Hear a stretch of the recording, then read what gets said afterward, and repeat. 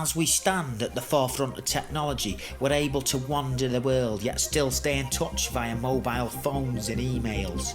But as the communication explosion affected those that want to talk to the dead?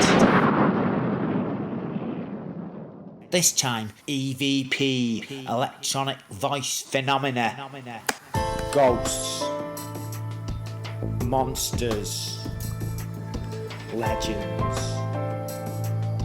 Arthur C. Clarke. Ghosts.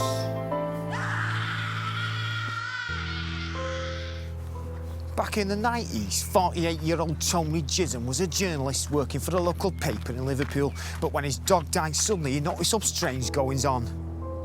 That weren't right.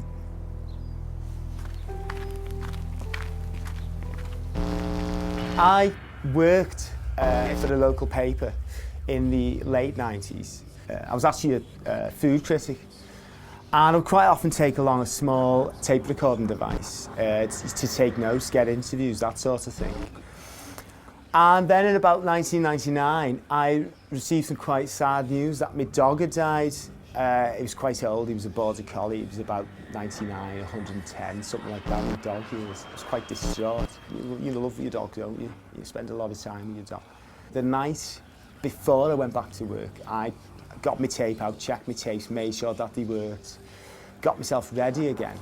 I didn't think anything of it until the next day when I double-checked the tapes and I clearly heard the sound of my dead dog.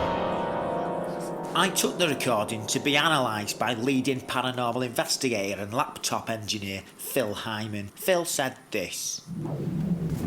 EVP, or electronic voice phenomena, is not new to me, but to hear a dog as clearly and concisely as this, to me is definite evidence that a dead dog can communicate via the medium of a tape recorder. The recording, although short, clearly does sound like a dog, a ghost dog, barking. Phil talks us through the actual recording.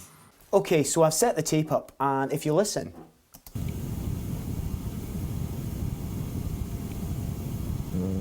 There, did you get that? Did you hear that? Yeah. That clearly was the sound of a ghost, that's a dog. Do you heard that? Yeah. Did you hear it? Aye. It's like that, wasn't it? It's like a ghost dog. Brilliant. It's on tape. But these terrifying recordings don't just stop at ghost dogs. Chisholm also speaks openly about his experience with a music-loving spirit who claims to be a previous resident of his Merseyside council house. Chisholm speaks. Can you tell us a little bit more about your recordings?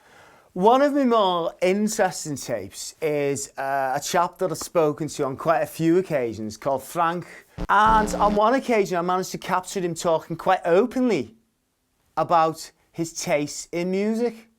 And if you listen to the tape, you can quite clearly hear him say, Ray Davies from the Kinks. And listen to the tape. Jerry Rafferty. Since those early recordings, Chisholm has amassed over 800 hours of evidence, including interviews with several deceased actors from the cast of Crossroads Motel, a brief chat with Henry VIII, and what he describes as a fascinating insight into the world of British cinema with screen goddess and 50s pin-up Diana Dawes. These recordings made Chisholm an overnight success on the paranormal scene, but even with the solid evidence, Chisholm still had his detractors. Cryptozoologist and haulage firm accountant Lee Wydon speaks. Bullshit, that's what it is. Bullshit. Until you've seen a snake with the head of a cactus, you haven't lived, my friend. I've got Bigfoot droppings coming out my ears. What's he got? Tape of Freddie Mercury. I can get one of them from our price.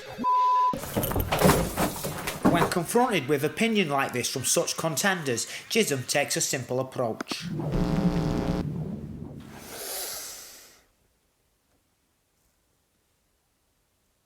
I don't question this reality. I feel this reality. And if you're willing to join me on this journey, then take me by the hand, my friend, and walk with me, figuratively speaking, and join me on this journey into the unknown.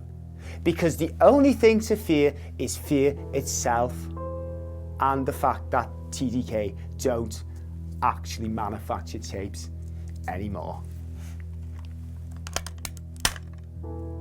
Do ghosts really exist on tape? Is Tony Jism a liar? I just don't know, mate. Join us next time for more ghosts, monsters and legends. Ghosts, monsters, legends. Arthur C. Clarke.